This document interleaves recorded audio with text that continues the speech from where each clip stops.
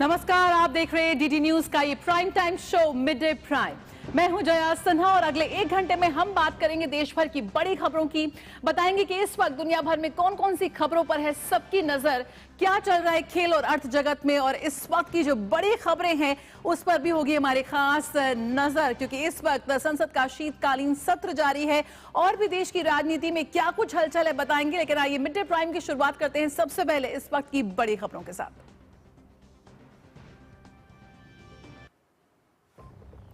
संसद के शीतकालीन सत्र के दूसरे दिन भी दोनों सदनों में विपक्ष का हंगामे पर राज्यसभा में संसदीय कार्य मंत्री किरण रिजिजू और नेता सदन जेपी नड्डा का पलटवार। कहा, हर मुद्दे पर चर्चा के लिए सरकार तैयार, चुनाव में हार की हताशा का गुस्सा सदन में ना निकाले विपक्ष।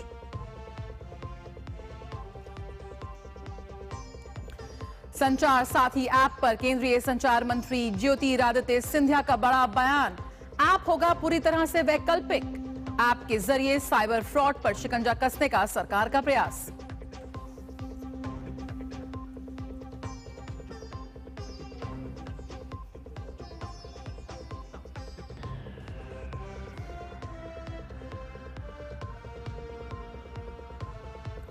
केंद्रीय वित्त मंत्री Nirmala Sitharaman global forum plenary उद्घाटन सत्र में हुई शामिल। वित्त मंत्री ने कहा, एआई ने दुनिया में खोले संभावनाओं के नए द्वार।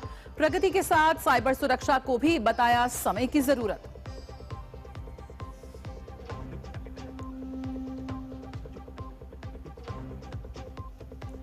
कर्नाटक में सियासी ब्रेकफास्ट ड्रामा जारी। दूसरी बार नाश्ते पर मिले सीएम सिद्धरमैया और deputy CM DK Shivakumar. फिर दोहराया आला कमान के निर्देशों का पालन करने का आलाप।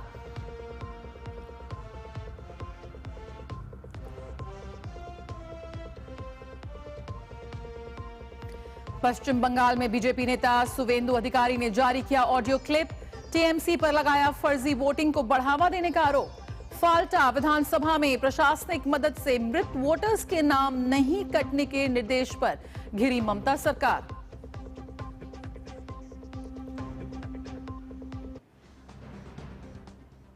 तो आइए सबसे पहले बात कर लेते हैं संसद के शीतकालीन सत्र की। तो अगर आपको बता दें तो विपक्ष ने सदन में एसआईआर के मुद्दे पर फिर जोरदार हंगामा किया है। हंगामे के चलते राज्यसभा की कार्यवाही 2 बजे तक के लिए स्थगित कर दी गई है। इस दौरान केंद्रीय संसदीय कार्य मंत्री किरण रिजिजू ने कहा कि सरकार विपक्ष के द्वारा उठाए मुद्दे पर चर्चा करने के लिए तैयार है, लेकिन इसके लिए दूसरी पार्टियों से भी बात करनी है।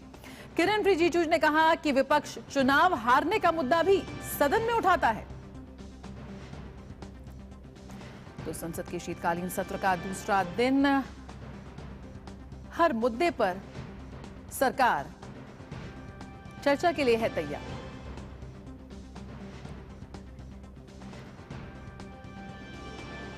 आप चुनाव नहीं जीत पाते हैं, जनता आपको विश्वास नहीं करते हैं और आप जो है गुस्सा या सदन में निकालते हो, ये तो बिल्कुल ठीक नहीं है। लोकतंत्र में चुनाव का प्लेटफॉर्म जनता का बीच होता है। ये कल भी हमने रिक्वेस्ट किया है कि यह बिजनेस तैयार किया गया है, हम लोग चर्चा के लिए तैयार है, लेकिन एक बात तो हम लोग औपचारिक मिलना तो चाहिए। ये टाइम बताते कि अभी बताओ कब से होगा, ऐसा कोई तरीका नहीं होता है। तो राज्यसभा की कार्यवाही फिर स्थगित कर दी गई है 2 बजे के लिए। और शीतकालीन सत्र के दूसरे दिन संसद में जब कार्यवाही शुरू हुई तो लोकसभा में विपक्षी सांसदों ने एसआईआर को लेकर जमकर हंगामा किया। इस बीच भाजपा राष्ट्रीय अध्यक्ष जेपी नड्डा ने सदन से कहा कि विपक्ष जिन मुद्दों पर चर्चा करना चाहता है हम उस पर चर्चा करने के लिए तैयार हैं, लेकिन हम बात कर इस पर चर्चा कर सकते हैं। The opposition has raised the question of the discussion and about 267 rule 267, and as yesterday the parliamentary affairs minister had said that we will come back. Today I am told by the parliamentary affairs minister that very soon there is a meeting going to take place with the opposition leaders and accordingly we will decide about that. तो यहाँ पर सरकार हर मुद्दे पर चर्चा के लिए तैयार है, साफ कर दिया है सरकार ने, लेकिन इसके बावजूद विपक्ष लगातार हंगामे पर ही अड़ा हुआ है। यहाँ पर किरण रिजिजू ने साफ कहा कि आप चर्चा करना चाहते हैं, हम तैयार हैं, लेकिन समय तो हम तय करेंगे, क्योंकि सभी मुद्दे बेहद महत्वपूर्ण हैं जिन पर लगातार चर्चा हो रही है। अनुज यादव इस वक्त हमारे साथ जुड़े हुए हैं। अनुज, आज दूसरा दिन है शीतकालीन सत्र का। शुरुआत बड़ी अच्छी हुई थी कि शीतकालीन सत्र है, सब ठंडे दिमाग से चर्चा करेंगे, लेकिन यहाँ पर उलट हो रहा है, विपक्ष का हंगामा लगातार जारी है। क्या कुछ इस वक्त का अपडेट है? देखिए जय, सबसे बड़ी बात तो यही है ना कि आखिर विपक्ष चाहता क्या है, किन मुद्दों पर चर्चा करना चाहता है। सरकार की तरफ से दोनों ही सदनों में इस बात को बोल दिया गया कि जो भी विपक्ष चर्चा चाहता है, जिन मुद्दों पर चाहता है, उसके लिए तैयार हैं। लेकिन जय, सबसे बड़ी बात यही है कि किसी भी दिन जब सदन की कार्रवाई शुरू होती है तो उसकी कार्यसूची पहले से ही बनती है। प्रश्नकाल शुरू होता है, 0 आवर शुरू होता है, कई विधेयक होते हैं जिनको रखना होता है, उनको पारित कराना होता है। यही सबसे बड़ी बात है। चाहे हम राज्यसभा की बात करें, वहां पे सभापति ने और लोकसभा अध्यक्ष ने लोकसभा के अंदर यही बात कही है कि आज की जो महत्वपूर्ण कार्यवाही है उसको चर्चा में शुरू होने दीजिए, उस पर काम होने दीजिए, उसके बाद जो विपक्ष के मुद्दे हैं उस पर भी चर्चा होगी। और दूसरी सबसे बड़ी बात तो सत्ता की तरफ से यह भी बोली गई है, सरकार की तरफ से, कि जो छोटे छोटे राजनीतिक दल हैं उनसे भी बातचीत करनी होगी, उनके भी राय लेनी होगी कि उनके भी कोई मुद्दे हैं। सबसे, जितने भी विपक्षी दल हैं सबसे बातचीत करके ही चर्चा होनी चाहिए। और सबसे बड़ी बात यही है कि जो लगातार जिस बात को किरण रिजिजू जो केंद्रीय संसदीय मंत्री हैं उन्होंने भी कहा, जेपी नड्डा नेता सदन है राज्यसभा में, कि सिर्फ 2-3 जो राजनीतिक दल है विपक्षी दल, सिर्फ वही संसद को ठप करना चाहते हैं, बाकी राजनीतिक दल तो नहीं चाहते, वो तो चर्चा में हिस्सा लेना चाहते हैं। प्रश्नकाल की बात करें अगर हम लोकसभा में, तो आज कृषि से जुड़े महत्वपूर्ण सवाल थे जिन पर आज जवाब देने थे केंद्रीय कृषि मंत्री को, लेकिन लोकसभा के अंदर प्रश्नकाल को भी नहीं चलने दिया गया। जिस तरीके के एसआईआर के मुद्दे को लेकर हम जानते हैं कि पहला भी सत्र हंगामे की भेंट चढ़ा था, अब ये शीतकालीन सत्र है जिसमें काफी महत्वपूर्ण कार्य है, इसमें भी लगातार हंगामा। आखिर विपक्ष की रणनीति क्या है? विपक्ष क्या सिर्फ हंगामा खड़ा करना चाहता है? जो देश की जनता के महत्वपूर्ण बड़े सवाल है, क्या उनको वो देश की संसद के अंदर चर्चा नहीं चाहता? क्या ये महत्वपूर्ण चर्चा नहीं है? तो इस तरह के काफी जो मुद्दे हैं वो सरकार बार बार अपील कर रही है, और सदन के अंदर, दोनों सदनों के अंदर सभापति भी। बिल्कुल, तो आखिर विपक्ष चाहता क्या है, यही मुद्दा लगातार उठ रहा है। अनुज, राज्यसभा की बात करें तो वहां भी कार्यवाही स्थगित हो गई 2 बजे तक के लिए। कौन कौन से अहम मुद्दे थे, अहम बिल हैं जो सदन में इस वक्त चर्चा के लिए लाए जाने थे, और जहां पर चर्चा कराने की बात विपक्ष कर रहा है, ऐसे में किसी भी तरह का नोटिस उसने दिया है? देखिए, सबसे बड़ी बात यह है कि हाँ, कांग्रेस की तरफ से कुछ नोटिस तो जरूर दिए गए थे, लेकिन ये सभापति और लोकसभा अध्यक्ष का, दोनों का ये अधिकार होता है कि उन मुद्दों को किस समय लिया जाए, उन नोटिस को किस समय लिया जाए। अगर प्रश्नकाल की कार्रवाई 11 बजे से आज राज्यसभा और लोकसभा के अंदर आज शुरू होनी थी, तो निश्चित तौर पर 11 से 12 बजे का टाइम प्रश्नकाल का होता है। 12 बजे के आसपास जो है कुछ पेपर्स जो हैं वो रखने होते हैं, अलग अलग जो समितियां बनती हैं या अलग अलग जो मंत्रालय हैं उनके जो पेपर्स हैं वो सभापटल पर रखे जाते हैं। इसके अलावा कुछ विधेयक हैं जिन विधेयकों को लाया जाता है। हम जानते हैं कि कल भी लोकसभा के अंदर 2 महत्वपूर्ण विधेयक थे। एक तो मणिपुर जीएसटी बिल था जिसको कल सदन के अंदर रखा गया और पारित भी किया गया। हालांकि वो सरकार ने जो हंगामा विपक्षी दल कर रहे थे उन्हीं के बीच उसको पारित कराना पड़ा, क्योंकि काफी महत्वपूर्ण बिल था। हम जानते हैं कि जिस तरीके से सरकार पूरी कोशिश करती है कि किसी भी तरीके से हंगामे के बीच भी कार्रवाई को लगातार चलाया जाए, लेकिन ये एक अच्छी परंपरा नहीं है सदन के अंदर, जब महत्वपूर्ण देश की जनता से जुड़े हुए बिल पारित हो रहे हो, उन पर चर्चा हो रही हो, ऐसे में विपक्ष तख्तियां लेकर, होर्डिंग्स लेकर जो है सदन में आगे आकर हंगामा करते रहे। तो निश्चित तौर पर बार बार यही जो अपील की जा रही है विपक्षी दलों से कि आप कम से कम, जितने सारे विपक्षी दल हैं, आप एक राय तो कम से कम होइए, क्योंकि जो छोटे दूसरे विपक्षी दल हैं, हमने आज भी देखा, पहले भी देखा है कि वो किसी भी जो हंगामा होता है वो उसमें हिस्सा नहीं लेना चाहते। और प्रधानमंत्री नरेंद्र मोदी ने भी जय इस बात को कहा था कि कुछ राजनीतिक दल तो ऐसे हैं जिनके नए युवा सांसद, महिला युवा सांसद हैं, वो पहली बार चुनकर आते हैं, वो अपने इलाके के मुद्दों को सदन के अंदर उठाना चाहते हैं, उनको मौका नहीं मिलता और उनकी बातें जो है हंगामे के बीच दब जाती हैं। ऐसे में लोकतंत्र के लिए, लोकतांत्रिक परंपराओं के लिए, सदन की जो परंपराएं हैं उनमें ये अच्छी बातें नहीं है कि कोई भी पहली बार चुने हुए सांसद को सदन के अंदर बोलने ना दिया जाए। निश्चित तौर पर सदन का महत्वपूर्ण कार्य सूची लगी होती है, उस कार्य सूची के हिसाब से अगर सदन आगे चलेगा तो उसमें विपक्ष की भी बात सुनी जाएगी और जो सरकारी बिल हैं उनको भी पारित कराया जाएगा। यही लगातार अपील बार बार की जा रही है विपक्ष से। बिल्कुल अपील भी की जा रही है विपक्ष से और ये आरोप भी लग रहा है उन पर कि चुनाव की हार की हताशा वो यहां संसद में निकाल रहे हैं।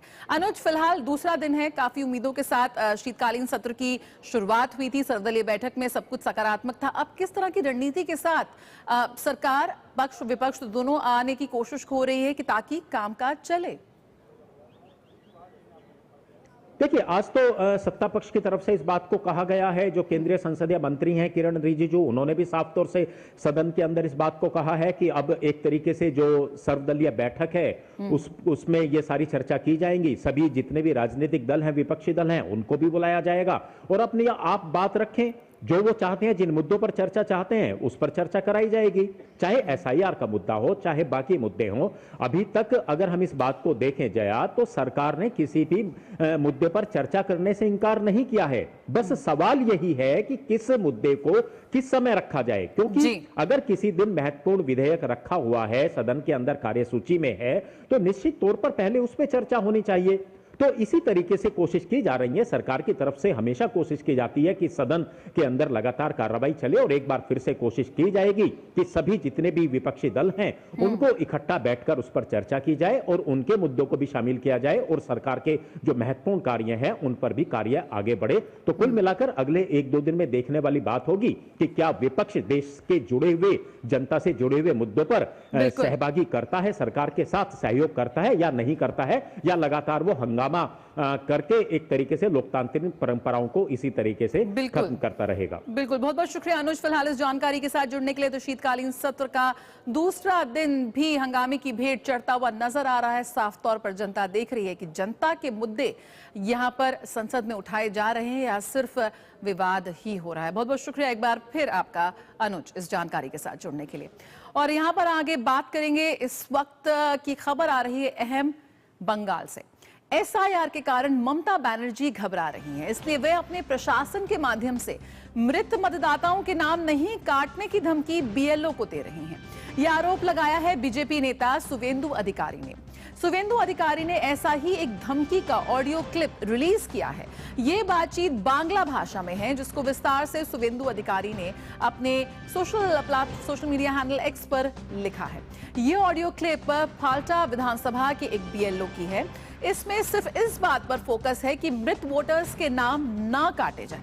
बीजेपी का सीधा आरोप है, ममता बनर्जी की पार्टी चुनाव के दौरान अपनी शांति वाहिनी का उपयोग कर फर्जी वोटिंग की कोशिश में है। शुवेंदु अधिकारी ने चुनाव आयोग से शिकायत करने की धमकी दी है। तो पश्चिम बंगाल में एसआईआर को लेकर फिर सियासी टकराव अपने चरम पर पहुंच गया है। भाजपा टीएमसी पर लगातार यहां पर हमलावर है। विपक्ष की ओर से लगातार इस बात को लेकर लगातार नेता शुवेंदु अधिकारी के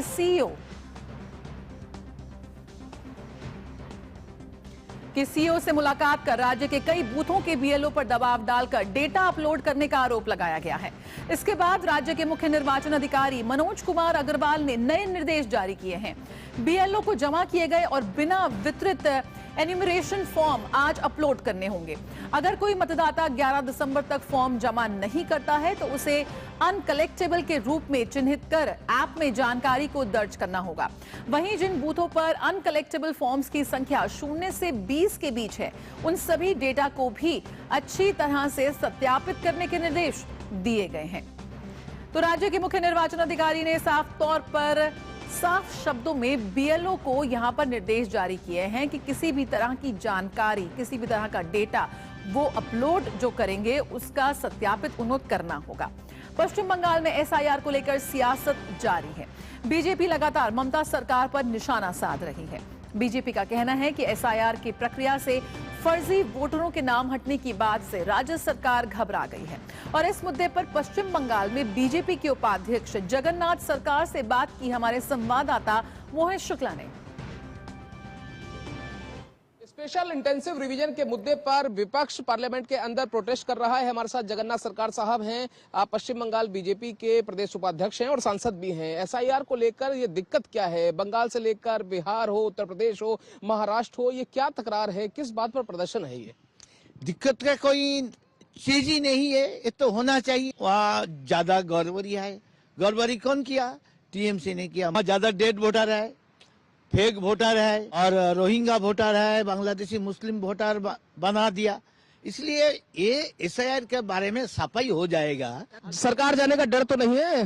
कहीं ऐसा हो कि सरकार चली जाएगी, एसआईआर में फेक वोटर बाहर जाएंगे, साथ ही सरकार भी चली जाएगी? ये तो चुनाव है अगली, तो उनका जो ये वोटर है सारी ममता का सपोर्ट करते हैं। क्यों? ममता का नारा दल का है जय बांग्ला, बांग्लादेश का नारा है। वो लोभा के उधर का बांग्लादेशी मुस्लिम लोग के यहाँ वोटर बना के वो सत्ता हासिल करने के लिए वो हमेशा प्रयासी है। इसलिए डर गया, उनका हटा देंगे एसआईआर में तो कैसे जीतेंगे वो। इसलिए हार निश्चित है। प्रोटेस्ट कर रहे हैं पार्लियामेंट में, उनको क्या संदेश देंगे, क्या कहेंगे एसआईआर के मुद्दे पर? एसआईआर के मुद्दे पर कोई लीगली कोई क्वेश्चन ही नहीं है उनका चर्चा के लिए, इसलिए तैयार नहीं हो रहा है। हल्ला बोल के जनता के गुमराह कर रहा है। जिस तरीके से एसआईआर पर तकरार हो रही है, क्योंकि विपक्ष मुद्दा विहीन हो गया है, यही वजह है कि हर दिन संसद के अंदर नए नए हंगामे रोज हो रहे हैं। दिल्ली से कैमरा पर्सन आनंद कश्यप के साथ मैं मोहित शुक्ला, दूरदर्शन न्यूज। तो आइए चलिए रुक कर लेते हैं कोलकाता का। सौरभ दत्ता इस वक्त हमारे साथ मौजूद हैं। सौरभ, बिल्कुल सही सवाल यहाँ पर कि अगर फेक वोटर्स चले जाएंगे तो कहीं सरकार ना चली जाए। इस वक्त क्या कुछ अपडेट है? 7 दिन की यहाँ पर सीमा बढ़ाई गई है एसआईआर की तरफ, एसआईआर के लिए। लेकिन जिस तरह के ऑडियो क्लिप्स लगातार जारी हो रहे हैं, जिस तरह की राजनीति इस वक्त निकल कर आ रही है और सबके सामने आ चुका है जो कि भी खेला वहां पर हो रहा है, ऐसे में अब क्या कुछ अपडेट मिल रहा है? जय जी, अपडेट जो मिल रहा है वो सारे अपडेट चौंकाने वाले हैं। पहला तो ये अपडेट सामने आया है जो ईसीआई ने खुद पकड़ा है, इलेक्शन कमीशन ऑफ इंडिया ने। जब एम्यूनरेशन फॉर्म के कलेक्शन के बाद अब डिजिटाइजेशन का प्रोसेस ज्यादा तक 90 या 100 के घर में पहुंच चुकी है, तब जाके जब रिव्यू हो रहा है, तब जाके चुनाव आयोग की नजर में कुछ चीजें घटी। कैसी चीजें खटकी? उनको पहले नजर में आया कि 2200 ऐसा 8 बूथ है कि मानो वो सारे बूथ इतने पाक हैं कि उसमें कुछ हुआ ही नहीं। 23 साल 2002 का जो रोल है, इलेक्टोरल जो रोल है, उसको मापदंड करके ये रिसायर हो रहा है। 23 साल का गैप है, लेकिन इस 23 साल में इन 2208 बूथों में कोई आदमी मरा नहीं, कोई वहां से कहीं गया नहीं, कोई डुप्लीकेट नहीं है। तो चुनाव आयोग का कहना है, अरे भाई एग्जाम में इतना अच्छा रिजल्ट कहां से आ रहा है जो 100 में 100 मिल पा रहे हैं, जब बाकी सारे बूथों में कोई कहीं ना कहीं से एक भी या 2 मृत है। ये ऐसे कैसे हो गया कि ये जो 2208 बूथ है, वो सारे बूथ में इतने सारे अच्छे छात्र हैं जो सारे के सारे सवाल का जवाब दे दिए। 100 में 100 मिला है, डिस्टिंक्शन मार्क्स मिला है उनको। कैसे मिल गया? फिर इसको क्वेरीज के लिए उनको रिपोर्ट मांगा गया। तब जाके जब इसको और जांच में लाया गया, तब जाके और चीज कुछ नजर में लगा कि ये सारे भी स्वाभाविक नहीं है। जैसे ऐसे बूथ तक है 1 से 10 जिसमें अनकलेक्टेड फॉर्म्स जिनको कहा जा कि कोई भी मृत, एब्सेंट कितना है, शिफ्टेड कितना है, तो उन अनकलेक्टेड फॉर्म्स में 1 से 10 के बीच कितने हैं वो भी देखा गया। तो इन सारे लिस्ट में जो चौंकाने वाली और एक बात है कि साउथ 24 परगना, उसमें ये सारे बातें एकदम वो टॉप रैंकर है। ये जो पूरा मेरिट लिस्ट है ना अनकलेक्टेड फॉर्म्स का, उनमें टॉप आया है साउथ 24 परगना।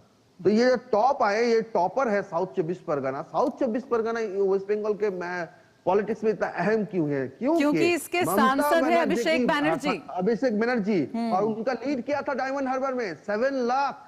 वो तो बोलते थे ना कि 7 लाख का लीड लिया है डायमंड हार्बर में। He was first boy. Diamond harbour सबसे अच्छा काम किया है। तो अभी सबसे अच्छा जो स्टूडेंट था उसका सबसे अच्छा ही दिख रही है, वो नमूना आ रहा है यहाँ पे। और इसके साथ साथ ये डायमंड हार्बर में जो केस स्टडी, जो लीडर ऑफ अपोजिशन ने जो एक वायरल ऑडियो पब्लिक किए हैं। बिल्कुल। और वो कल जो चुनाव आयोग गए थे वहां पे जो आरोप किया है वो भी इसमें कहीं से जुड़ गया है, एक फुटनोट की तरह जुड़ गया है। क्यों जुड़ा है? क्योंकि ये फलता का एक एरिया है जो साउथ 24 परगना के अंदर ही आता है, फलता। वहां का जो वीडियो है उनके खिलाफ ये आरोप है कि वो वीडियो बीएलओस को कह रहे हैं कि अगर किसी के पास मानो डेथ सर्टिफिकेट वो परिवार नहीं दे पाए हैं, क्योंकि 23 साल 24 साल पहले मौत हुआ है, उनके पास डेथ सर्टिफिकेट उस वक्त कहां है, कहां चला गया, वो ढूंढ नहीं पा रहे हैं। लेकिन फैमिलीज ने डिक्लेरेशन दिया है कि हाँ, हमारा फैमिली का ये परिवार का ये सदस्य अभी जिंदा नहीं है, वो भगवान को प्यारे हो गए, वो उनका सग निवास हो गया है। तो अब वीडियो बीएलओस को वीडियो कह रहे हैं, ऐसा उनके खिलाफ आरोप है कि डेथ सर्टिफिकेट अगर नहीं है तो आप उसका नाम मत काटो, उसको रहने दो। और उल्टे तरफ से टीएमसी के वहां का जो लीडर है, जो शुभेंदु अधिकारी का कहना है उनके पोस्ट में कि जहांगीर नाम का एक लीडर है जो हर घर में डरा रहे हैं, धमका रहे हैं, कह रहे हैं कि आप डेथ सर्टिफिकेट अगर आपके पास हो भी तो भी आप ये मत। ये सिचुएशन है। और एक बात है संध्या जी, जो जया जी, जो ये फलता में स्पेशल रोल ऑब्जर्वर गए थे ना जी, वो special role observer Subrata Gupta जब गए थे तब जो पॉलिटिकल पार्टीज के जो रिप्रेजेंटेटिव थे, शुभेंदु अधिकारी का ये कहना है कि आपने जिनको बीजेपी का रिप्रेजेंटेटिव समझ के बैठक किया, असल में वो बीजेपी का रिप्रेजेंटेटिव है ही नहीं, उनको कोई चिट्ठी मिला ही नहीं, किसी और व्यक्ति को जो असल में तृणमूल है। तो ये जो राजनीतिक पार्टी के कार्यकर्ता हैं वही रिप्रेजेंटेटिव बनकर, वही बीएलओ बनकर यहाँ पर अलग अलग जगह पे जाकर एंट्री कर रहे हैं और फिर चीजों को फॉर्ज कर रहे हैं।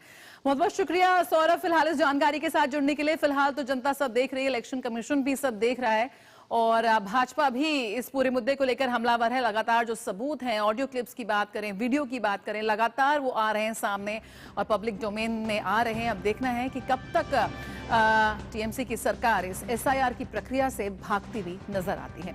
मिड डे प्राइम में फिलहाल रुकेंगे एक छोटे से ब्रेक के लिए, जल्द हाजिर होते हैं।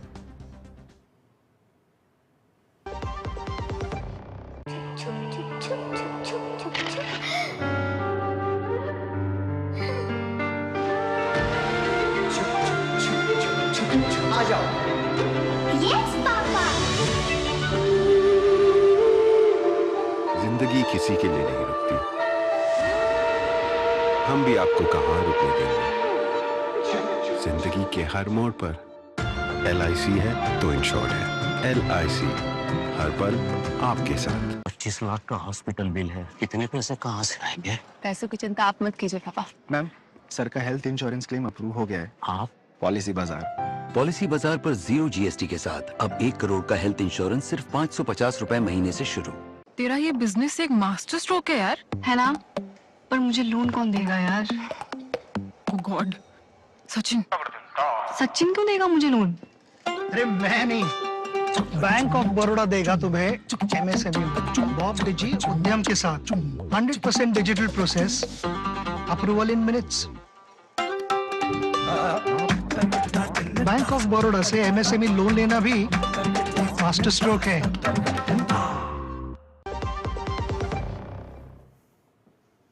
ब्रेक के बाद स्वागत है, आप देख रहे हैं मिड डे प्राइम और आइए मिड डे प्राइम में अब बात करते हैं कर्नाटक की। कर्नाटक में सरकार नेतृत्व को लेकर एक बार फिर से ब्रेकफास्ट का सियासी ड्रामा शुरू हो गया है। आज कर्नाटक के मुख्यमंत्री सिद्धारमैया उप मुख्यमंत्री DK शिव कुमार के बुलावे पर उनके घर ब्रेकफास्ट मीटिंग के लिए पहुंचे, जहां उप मुख्यमंत्री और उनके भाई DK सुरेश ने अपने घर पर CM सिद्धारमैया का स्वागत किया। इससे पहले शनिवार को CM आवास पर भी दोनों नेताओं की मुलाकात हुई थी। इस मौके पर CM सिद्धारमैया ने एक बार फिर दोहराया कि हम दोनों हाई कमान की ही बात मानेंगे। We shall, both of us, should listen to the whatever decision taken by the High Command. Whether it is mostly Rahul ji and Sonia ji and Karge ji. तो कर्नाटक में ये जो ब्रेकफास्ट डिप्लोमेसी का round 2 इस वक्त हम देख रहे हैं, क्या कुछ इसके मायने हैं ये समझने का प्रयास करते हैं। यहाँ पर या तो ये ज्यादा मेल मिलाप बढ़ रहा है या फिर दबाव की राजनीति है। जानेंगे हमारे संवाददाता ज्योति से, जो इस वक्त बेंगलुरु में मौजूद है। ज्योति, आपसे सबसे पहले यही सवाल, ये राउंड 2 है ब्रेकफास्ट डिप्लोमेसी का, नाश्ते की सियासत जिसको लेकर इस वक्त सुर्खियों में है, तो ये सीएम डिप्टी सीएम के बीच तालमेल बढ़ रहा है या फिर दबाव की राजनीति है? जया जी, जैसे जब से सत्ता की संघर्ष हो रहा है कर्नाटक में, अभी नवंबर 29 में सीएम सिद्धरामैया जी डीके शिवकुमार को ब्रेकफास्ट के लिए बुलाए थे। अभी ब्रेकफास्ट 2.0 चल रहा है। हाईकमांड के द्वारा, हाईकमांड कैसे निर्देशन दिया था, आप दोनों को ही इस मामले को सुलझाना चाहिए। जो आज का मैं डेवलपमेंट आपके सामने रखूंगी। आज सुबह सीएम सिद्धरामैया डीके शिवकुमार के घर आए।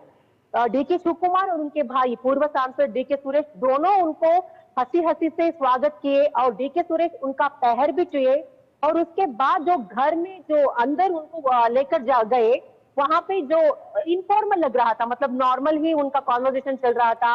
वहां पे उनको फोटो दिखाए और उनका हमारे कर्नाटक कल्चर की जो शैलियां उनको वेलकम ग्रीटिंग के तौर पे दिए। जैसे आपने पूछा, ये लग नहीं रहा कि वो ऊपर से कह रहे हैं, हम दोनों के बीच कुछ भी नहीं है। पार्टी के हाईकमान जैसे बताएगा उसी इशारे से हम चलेंगे।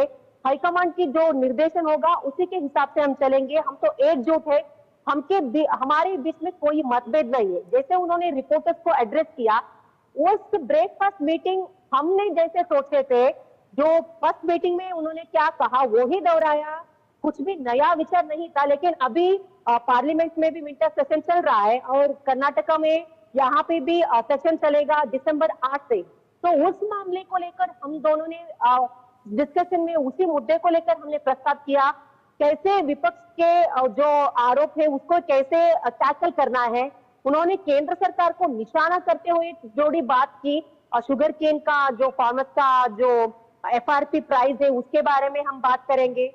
कहीं पे भी उन्होंने इसका जिक्र नहीं किया कि लीडरशिप के मामले में हमारे बीच चर्चा हुई। हालांकि उनके बीच में ऑब्वियसली ये ब्रेकफास्ट मीटिंग का मुद्दा ही है, लीडरशिप के मामले में बात करने का, हाईकमान जो निर्देशन दिया है उसके तरफ से बात करने का। लेकिन उन्होंने कहीं पे भी, दोनों लीडर्स ने कहीं पे भी माध्यम के सामने ये डिस्क्लोज नहीं किया कि वहां पे लीडरशिप चेंज की बात हुआ या कैबिनेट रिशफल के बारे में बात हुआ। जैसे हमने उनसे पूछा कि डीके शिवकुमार कब सीएम बनेंगे, डायरेक्ट हमने उनसे यही क्वेश्चन पूछा। उन्होंने कहा कि स्लाइटली, मतलब दिल्ली हाईकमांड के ऊपर उन्होंने कहा कि जब हाईकमांड बताएगा हम करेंगे। डीके शिवकुमार को यहाँ पे विधायकों के साथ साथ उन्हें सीएम सिद्धरामैया जी की भी सपोर्ट उतना ही चाहिए, क्योंकि पार्टी में सीएम सिद्धरामैया जी की सपोर्टर्स बहुत है। डीके शिवकुमार के सपोर्टर्स से कंपेयर करें तो पहले डीके शिवकुमार उनके सपोर्टर्स के साथ बात किए, जैसे जमीर अहमद होगा या सतीश जारकीहोली,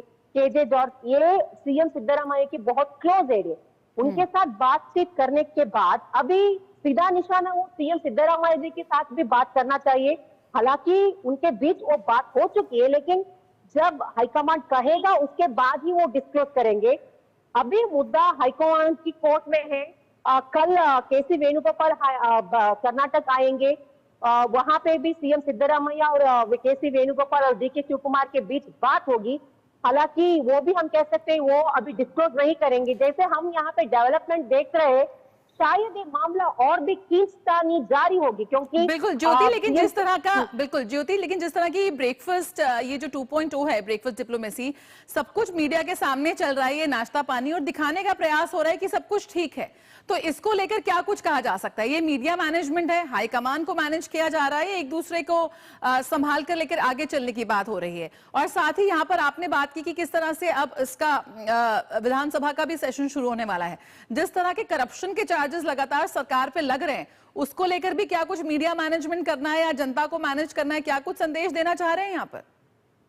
ऑब्वियस यहाँ पे तो दिख रहा है, मीडिया मैनेजमेंट भी दिख रहा है, हाईकमांड को मैनेज करना, क्योंकि इन दोनों के बीच खींचतानी हुई है, अब बहुत दिनों से हो रही है। तो मीडिया में भी यही हो रहा, बातचीत हो रही थी कि नवंबर 20 के बाद जैसे वो हाईकमांड के साथ चार दीवारों के बीच जो सत्ता की पावर शिफ्टिंग की बात हो रही है, जैसे मीडिया में चर्चा हो रही है, वो लोग दिखाना चाहते हैं कि हम दोनों के बीच कोई भी मतभेद नहीं है, एकजुट है, एक संदेश देने के लिए वो दोनों भी प्रयास कर रहे हैं। लेकिन अंदर तो कुछ मामला तो है, क्योंकि डीके सुकुमार की जो भाई है डीके सुरेश, उन्होंने एक इनडायरेक्टली एक हिंट दिए थे कि जो सीएम ने वादा दिए थे उसे निभाना पड़ेगा, क्योंकि प्रेशर तो हर तरफ से आ रहा है, पार्टी के अंदर भी है और हाईकमांड भी यही कहा है कि अभी देखिए विपक्ष जो हमला कर रहे हैं और बिहार की जो फलितांश है वो भी कांग्रेस की तरफ नहीं है, हर तरफ से कांग्रेस को कुछ ना कुछ प्रॉब्लम्स के ऊपर प्रॉब्लम्स आ रही है।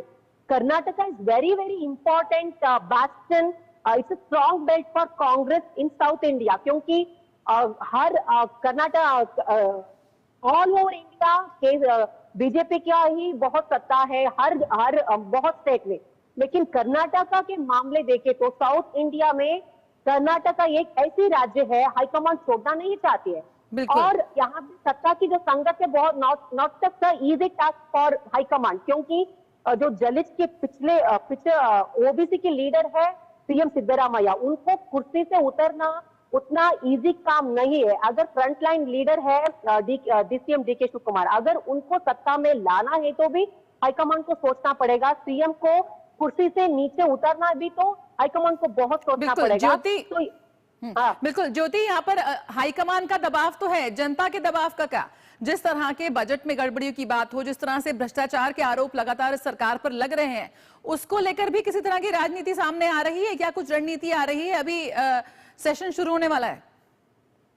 अभी जनता तो यही कह रही है कि दिन भर हमें यही देखना पड़ता है कि सत्ता की संघर्ष, पावर शिफ्टिंग, यहाँ पे राज्य में इतना मामला है, इतना करप्शन को लेकर हो या किसानों को लेकर हो या यहाँ के बेंगलुरु में तो इतना मुद्दा है, विपक्ष भी यही कहता है कि, और सार्वजनिक भी यही में सुनने में आ रहा है, सरकार वेरी इंपॉर्टेंट मामले को नजरअंदाज कर रहे, साइडलाइन कर रहे।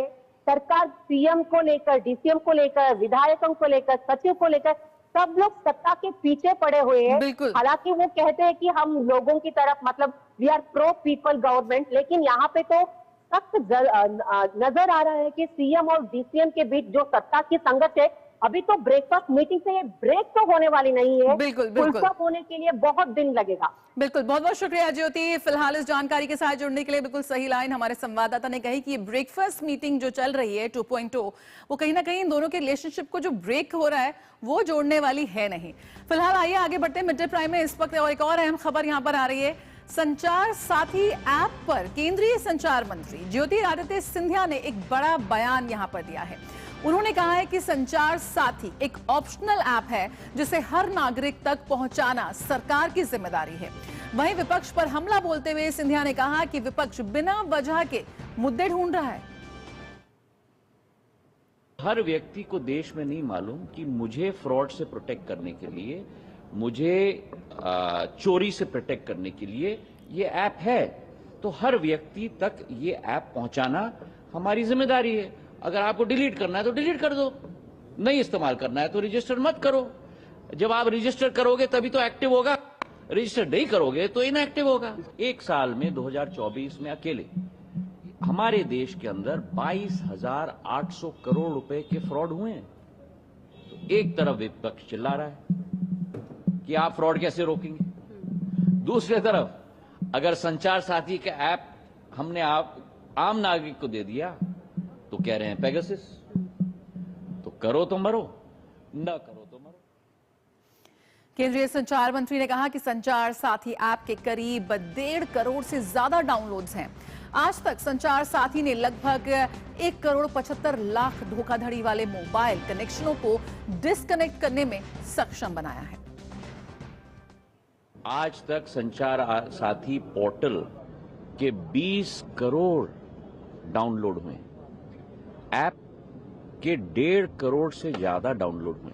आज तक करीब 1.25 crore mobile connections, fraudulent mobile connections इस जन भागीदारी के आधार पे ही डिस्कनेक्ट हुए।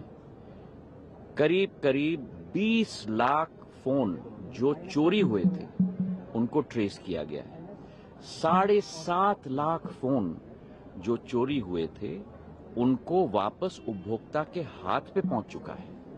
करीब 21 लाख फोन उपभोक्ताओं के रिकॉग्निशन और रिपोर्टिंग के आधार पे ही डिस्कनेक्ट हुए हैं। तो संचार साथी ऐप पर ये बड़ा बयान सामने आया है मंत्री महोदय का। शैलेंद्र मिश्र इस वक्त हमारे साथ जुड़ रहे हैं और जानकारी के साथ। शैलेंद्र, साथी संचार साथी ऐप जब इस वक्त लगातार धोखाधड़ी के मामले अपनी चरम पर है, ऐसे में एक बहुत बड़ी पहल संचार साथी ऐप सरकार की ओर से आम जन को बचाने के लिए, लेकिन इस पर भी यहां पर सियासत कर रहा है विपक्ष। अभी इस वक्त क्या कुछ जानकारी है?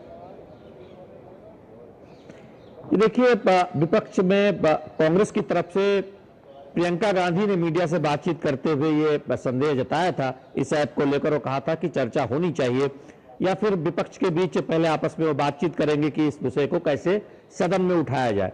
जब ये मामला सामने आया, हमने देखा कि तमाम नेताओं की प्रतिक्रिया आई सत्ता और विपक्ष की तरफ से, और सत्ता की तरफ से कहा गया कि विपक्ष मुद्दे ढूंढ रहा है, हर दिन कोई एक मुद्दा ढूंढकर व्यवधान डालने की कोशिश सदन में करने का प्रयास है ये विपक्षी दलों का।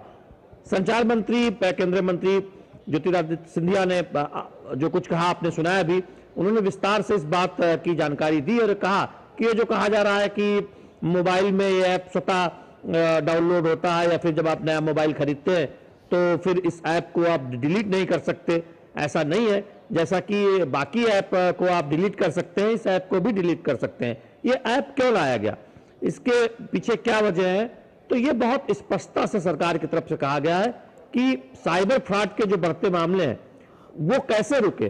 तो सबसे पहले अगर फोन चोरी होता है तो फोन ट्रेस हो जाए।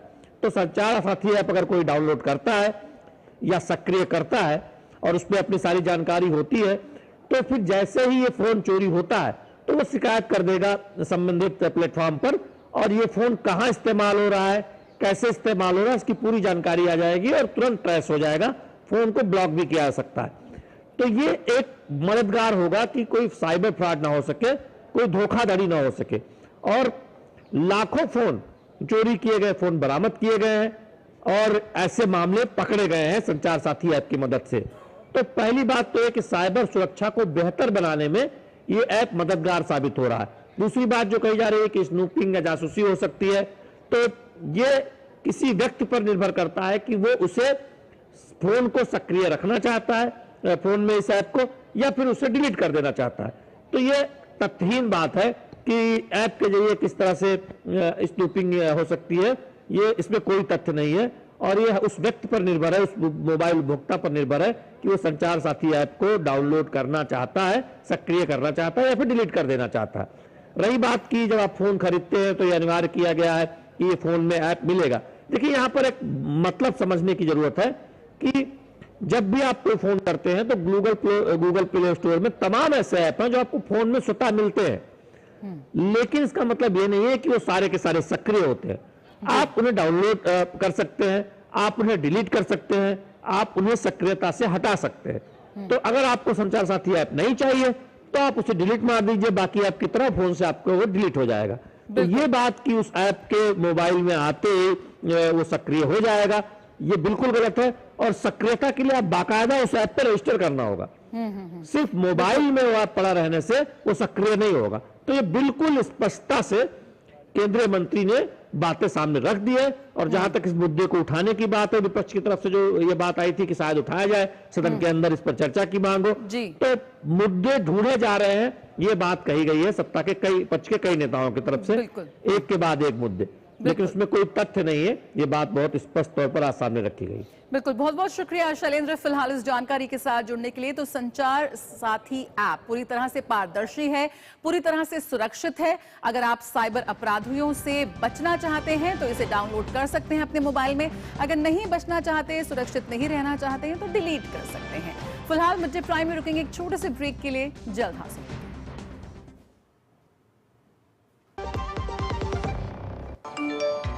कम ब्याज पे लोन चाहिए, वो भी ऐप से। वाह, फंसा। अनजान ऐप से बचें। RBI कहता है जानकार बनिए, सतर्क रहिए। 2047 में कैसा होगा विकसित भारत का विकसित उत्तर प्रदेश? क्या आप चाहते हैं कि कृषि क्षेत्र में नवाचार और पशुधन की समृद्धि से बढ़े अन्नदाता की आमदनी, गांव-गांव तक पहुंचे चौड़ी सड़कें, हवाई यात्रा के लिए किसान की जेब में हो पैसे, विश्व स्तरीय शिक्षा और वर्ल्ड क्लास इलाज, बढ़े उद्योग, रोजगार, नौकरी और अपना व्यापार, रिन्यूएबल और ग्रीन एनर्जी हो यूपी में फुल, ताकि कभी न हो बत्ती गुल। डीप टेक, एआई और इलेक्ट्रॉनिक संसाधनों का बिछे जाल, सांस्कृतिक धरोहर का पुनर्जागरण और गौरव काल। क्या आप चाहते हैं ऐसा उत्तर प्रदेश? अगर हाँ तो उठाइए मोबाइल, क्यूआर कोड को स्कैन करें और पोर्टल samarthuttarpradesh.up.gov.in पर लिखकर या बोलकर दर्ज कराएं सुझाव। आपके सुझाव से बनेगा विकसित यूपी का रोड मैप और मूल्यवान सुझाव देने वाले किए जाएंगे सम्मानित, क्योंकि आपकी राय विकसित यूपी बनाए। सोच रहा हूँ टर्म लाइफ इंश्योरेंस ले लूं ताकि मेरे बाद फैमिली को पैसों की कमी ना हो। तू भी ले ले। अबे जल्दी क्या है, बाद में देख लेंगे। आराम से आराम से आराम से। अब तक कुणाल को हार्ट अटैक आ गया यार। पॉलिसी बाजार पर 0 GST के साथ अब 1 करोड़ का टर्म लाइफ इंश्योरेंस सिर्फ 400 रुपए महीने से शुरू।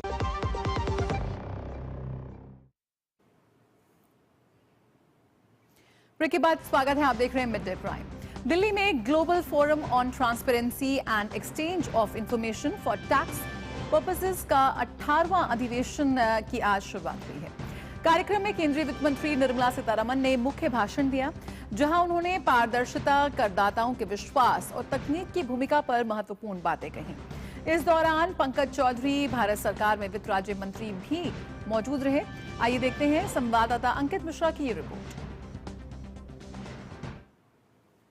दिल्ली में आयोजित ग्लोबल फोरम के 18वें अधिवेशन में केंद्रीय वित्त मंत्री निर्मला सीतारमण ने आज मुख्य वक्ता के रूप में अपने संबोधन में पारदर्शिता और करदाताओं के विश्वास को भारत की सबसे बड़ी ताकत बताया। मंत्री ने कहा कि भारत में आज पारदर्शिता सिर्फ एक नीति नहीं बल्कि एक मजबूत समाज की नींव बन चुकी है। उन्होंने जोर दिया कि हर रुपए और हर डॉलर का उपयोग बेहतर और मजबूत इंफ्रास्ट्रक्चर के निर्माण के लिए किया जा रहा है। Over the past decade, we have been seeing a visible strengthening of voluntary compliance. Citizens are more willing to participate when they are certain that the system rewards honesty and acts firmly against evasion. This improvement in tax morale did not come from enforcement alone. It came equally from clarity, simplification, and a consistent effort to build trust with taxpayers. Fairness and predictability, when demonstrated in practice, encourage participation far more effectively than compulsion. That lesson, we believe, holds relevance beyond national borders. मंत्री ने आगे कहा कि पारदर्शिता बढ़ाने से लोगों का सिस्टम पर भरोसा भी लगातार मजबूत हुआ। उन्होंने आगे कहा कि बदलते दौर में टेक्नोलॉजी और आर्टिफिशियल इंटेलिजेंस सरकारी कामकाज को अधिक तेज, प्रभावी और जवाबदेह बना रहा है। हालांकि इसके साथ ही साइबर सुरक्षा की महत्वता भी और बढ़ गई है। Looking ahead, there are new challenges that call for joint action. The digitalization of the economy, the emergence of new financial products, and evolving structures of beneficial ownership require continued cooperation between jurisdictions. Confidentiality and cybersecurity must also be maintained with great care. These are not challenges that any one country can address alone. They demand coordination, trust, and timely exchange of relevant information. उन्होंने कहा कि global forum की भूमिका सिर्फ प्रवर्तन तक सीमित नहीं है, बल्कि ये प्लेटफॉर्म सूचना के आदान प्रदान, पारदर्शिता बढ़ाने और संस्थाओं को मजबूत करने का एक महत्वपूर्ण कार्य कर रहा है। इस कार्यक्रम में कई देशों के प्रतिनिधियों और अंतर्राष्ट्रीय विशेषज्ञों ने हिस्सा लिया और वैश्विक कर पारदर्शिता के नए मानकों पर चर्चा भी की। राजधानी दिल्ली के भारत मंडपम में 18वें ग्लोबल फोरम प्लेनरी मीटिंग की शुरुआत आज खुद वित्त मंत्री निर्मला सीतारमण के हाथों हो गई है और ये 3 दिन तक सेशन चलने वाला है, जिसमें भारत जो है अपनी स्थिति को यहाँ पर बड़े ही स्ट्रॉन्गर वे में यानी मजबूत तरीके से रखने वाला है, जिसमें ट्रांसपेरेंसी को लेकर के खास बातचीत की भी और इस दरमियान न केवल ट्रांसपेरेंसी बल्कि ग्लोबल सपोर्ट की बात और ग्लोबल कॉर्पोरेशन की बात भी आज यहाँ पर देखने को मिली। कैमरा पर्सन ललित के साथ अंकित मिश्रा, दूरदर्शन, दिल्ली। भारतीय नौसेना प्रमुख एडमिरल दिनेश त्रिपाठी ने ऑपरेशन सिंदूर पर कहा कि भारत की सुरक्षा तैयारियों को देखकर पाकिस्तान की सेना डरी हुई है। उनके अनुसार ऑपरेशन सिंदूर में भारत का आक्रामक रुख और समुद्री जागरूकता पाकिस्तान को आगे बढ़ने से रोक रही है। उन्होंने पाकिस्तान की वर्तमान तैनाती का भी उल्लेख किया और ये बताया कि पाकिस्तान ने चीनी हथियारों का इस्तेमाल किया है। एडमिरल त्रिपाठी ने यह भी स्पष्ट किया कि ऑपरेशन सिंदूर आतंकवाद के खिलाफ एक महत्वपूर्ण अभियान है जो अभी खत्म नहीं हुआ है। Aggressive posturing and maritime domain awareness as to what is happening where ensured that the Pakistan Navy never came out. After the Sindoor, as I said, we are maintaining the operational tempo. We are ensuring that the maritime domain awareness is complete. We exactly know where are the Pakistani naval units deployed, and maritime domain awareness in maritime warfare is the first step. So I think we are quite happy with what we are able to do as far as the maritime domain awareness is concerned. We are also ensuring that their units do not do anything inimical to our interests, and we have been successful at that. Bharat ने operation सागर बंधु के तहत चक्रवात प्रभावित श्रीलंका को मानवीय सहायता प्रदान करने के अपने प्रयास तेज किए हैं। सरकार की ओर से जारी ताजा जानकारी के मुताबिक भारत ने हवाई और समुद्री मार्ग के जरिए अब तक 53 टन राहत सामग्री श्रीलंका पहुंचाई है। साथ ही द्वीपीय देश में फंसे हुए 2000 से अधिक भारतीयों को वापस स्वदेश लाया गया है। चक्रवात में फंसे करीब 2000 भारतीयों को स्वदेश लाया गया। पूरे तर्ज के साथ जारी है ऑपरेशन सागर बंधु।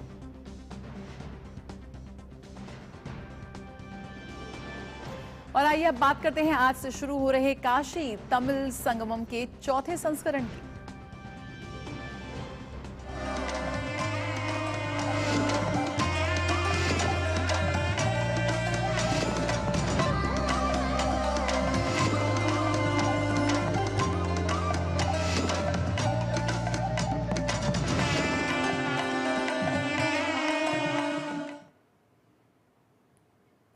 काशी के नमो घाट पर आज से काशी तमिल संगमम 4.0 का शुभारंभ हो रहा है, जो उत्तर और दक्षिण भारत की सांस्कृतिक निकटता को और मजबूत करने का प्रतीक बन गया है।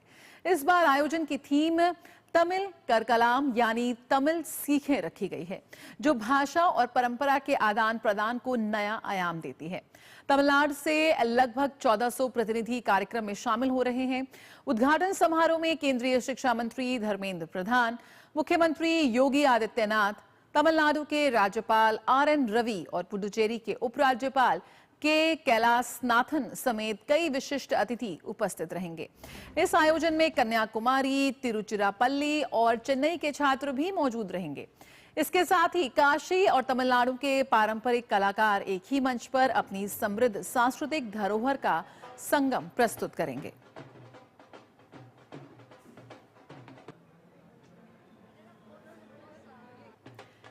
काशी के नमो घाट पर होगा उत्तर और दक्षिण की संस्कृतियों का संगम।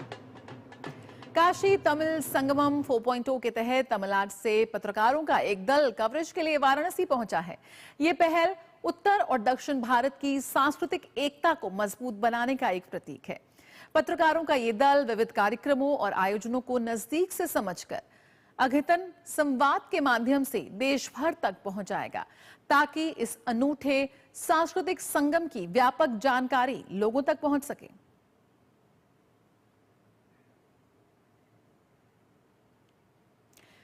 तो पत्रकार भी पहुंचे हैं तमिलनाडु से काशी। तो कलाकार और विभिन्न क्षेत्रों के लोग यहां पर शिरकत कर रहे हैं और यकीनन उत्तर और दक्षिण भारत का एक बेहद खूबसूरत संगम देखने को मिलेगा।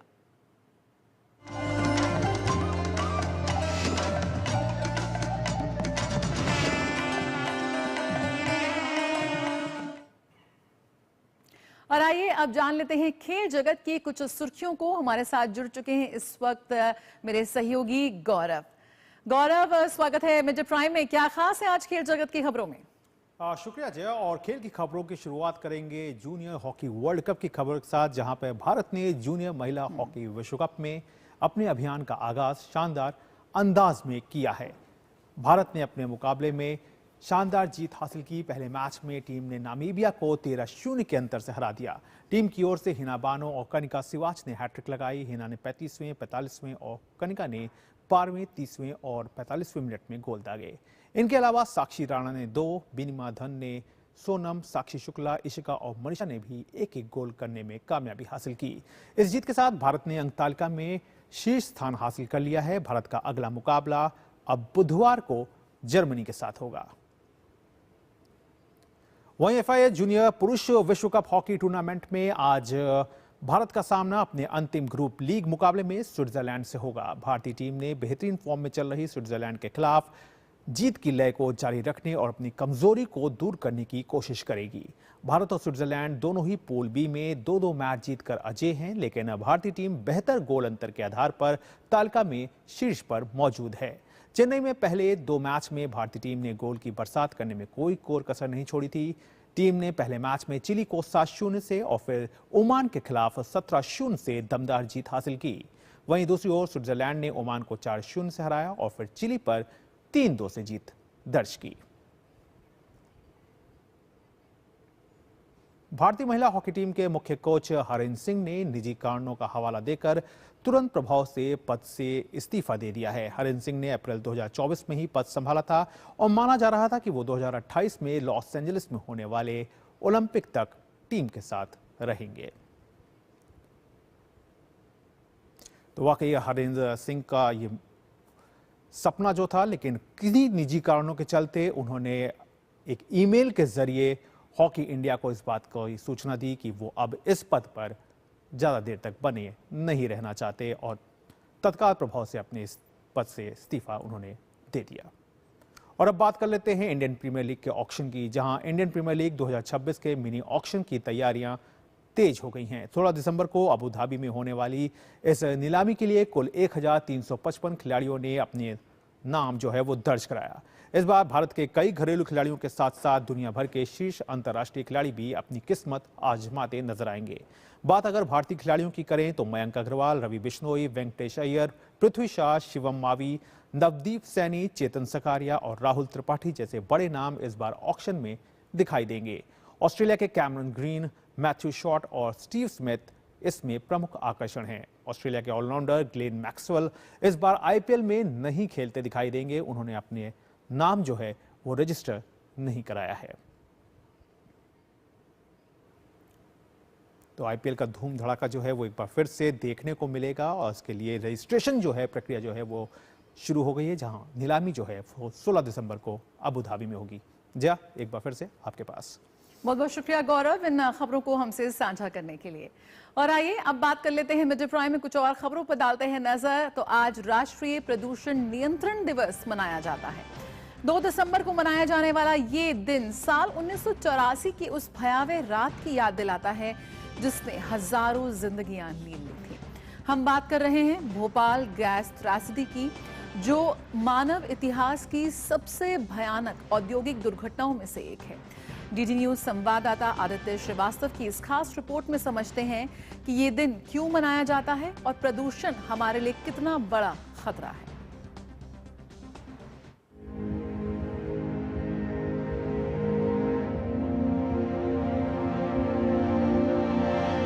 ये तस्वीरें हैं साल 1984 की। 2 और 3 दिसंबर की दरमियानी रात और जगह थी मध्य प्रदेश की राजधानी भोपाल। रात के लगभग 12 बजे शहर सो रहा था, लोग चैन की नींद में थे। लेकिन इसी नींद में हजारों लोगों की जिंदगी हमेशा के लिए थम गई। यूनियन कार्बाइड इंडिया लिमिटेड के पेस्टिसाइड कारखाने से अचानक एक खतरनाक बेहद जहरीली गैस लीक होने लगी। इस गैस का नाम था मिथाइल आइसोसाइनेट। गैस इतनी तेजी से फैली कि लोगों को संभलने का मौका भी नहीं मिला। लाखों लोग प्रभावित हुए। ये वो रात थी जिसने दुनिया को दिखाया कि मानव द्वारा किया गया प्रदूषण कितनी भयावह कीमत वसूल सकता है। भोपाल गैस कांड एक दुर्घटना नहीं, चेतावनी थी कि अगर हम प्रदूषण और औद्योगिक सुरक्षा को गंभीरता से नहीं लेंगे तो इंसानी जान की कीमत हमेशा सबसे भारी पड़ेगी। इसीलिए इस दिन को राष्ट्रीय प्रदूषण नियंत्रण दिवस के रूप में मनाया जाता है। आज ही के रोज 40 बरस पहले भोपाल में एक फैक्ट्री से खतरनाक गैस रिसी थी। प्रदूषण फैला था उससे और उसमें हजारों लोगों की जानें गई थी, हजारों लोग उससे प्रभावित हुए थे। तो उसी की स्मृति में और इन सब बातों के प्रति हम सचेत रहें, इनको लेकर अब हम आसपास का अपना वातावरण अच्छा रखें। इसीलिए हम लोग आजकल 2 दिसंबर को विश्व प्रदूषण दिवस के रूप में मनाते हैं। भले ही आज तो ये वो तस्वीरें हैं जो आज भी हमारे जहन में जिंदा हैं और लगातार हमें चेताती हैं। खबरों में आगे बढ़ते हैं। काशी में देवव्रत महेश रेखे ने कर एक दुर्लभ कीर्तिमान स्थापित किया है। देवव्रत महेश रेखे ने शुक्ल यजुर्वेद की माध्यान्हिनी शाखा के 2000 मंत्रों का जटिल दंडक क्रम लगातार 50 दिनों तक बिना किसी ग्रंथ के जाप किया। यह ऐतिहासिक तपस्या वाराणसी स्थित वल्लभराम शालिग्राम सांगवेद विद्यालय में संपन्न हुई। देवव्रत महेश रेखे के पिता और दादा भी इसी वैदिक परंपरा में दीक्षित और पारंगत रहे हैं और ये साधना पीढ़ियों से चली आ रही है। देवव्रत महेश रेखे की इस उपलब्धि पर प्रधानमंत्री नरेंद्र मोदी ने खुशी व्यक्त की है और उन्हें शुभकामनाएं दी। प्रधानमंत्री नरेंद्र मोदी ने सोशल मीडिया प्लेटफॉर्म एक्स पर लिखा कि 19 साल के वेद मूर्ति देवव्रत महेश रेखे ने जो किया है उसे आने वाली पीढ़ियां याद रखेंगी। भारतीय संस्कृति से प्यार करने वाला हर इंसान उन पर गर्व करता है कि उन्होंने शुक्ल यजुर्वेद की माध्यान्हिनी शाखा के 2000 मंत्रों वाला दंड क्रम पारायणम बिना किसी रुकावट के 50 दिनों में पूरा किया। इसमें कई वैदिक श्लोक और पवित्र शब्द बिना किसी गलती के पढ़े गए। वे हमारी गुरु परंपरा के सबसे अच्छे उदाहरण हैं। काशी से एमपी होने के नाते मुझे बहुत खुशी है कि यह अनोखा काम इस पवित्र शहर में हुआ। उनके परिवार, कई संतों, ऋषियों, विद्वानों और पूरे भारत के संगठनों को मेरा प्रणाम, जिन्होंने उनका साथ दिया। और मिड डे प्राइम में चलने से पहले आपको दिखाते हैं नागालैंड में 1 से 10 दिसंबर तक चलने वाले वार्षिक सांस्कृतिक उत्सव हॉर्नबिल फेस्टिवल की झलकियां। हॉर्नबिल फेस्टिवल 2025 में नागालैंड ने आयरलैंड को अपना आधिकारिक कंट्री पार्टनर घोषित किया है। आयरिश प्रतिनिधि मंडल ने दोनों देशों के बीच सांस्कृतिक, ऐतिहासिक और सामुदायिक समानताओं को सराहा है। नागालैंड के मुख्यमंत्री नेफीपू रियो ने भी इस साझेदारी का स्वागत किया और इसे संस्कृति, पर्यटन, शिक्षा के आदान प्रदान का बेहतरीन अवसर बताया। इस अवसर पर आयरलैंड के भारत में राजदूत केविन केली के नेतृत्व में 16 फुट ऊंची कैल्टिक देवी की दानों की मूर्ति की स्थापना भी की गई है। भारत और आयरलैंड के कलाकारों द्वारा तैयार ये मूर्ति दोनों देशों के आपसी सहयोग को दर्शाती है।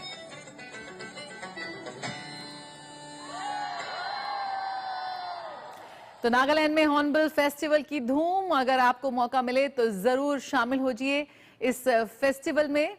बेहद यादगार होती है यहाँ पर शिरकत करना और इस बार तो बेहद खास है। 2 देश साथ मिलकर इस हॉर्नबिल फेस्टिवल को और भी यादगार बना रहे हैं। मिड डे प्राइम में फिलहाल इतना ही। मुझे दीजिए इजाजत। नमस्कार।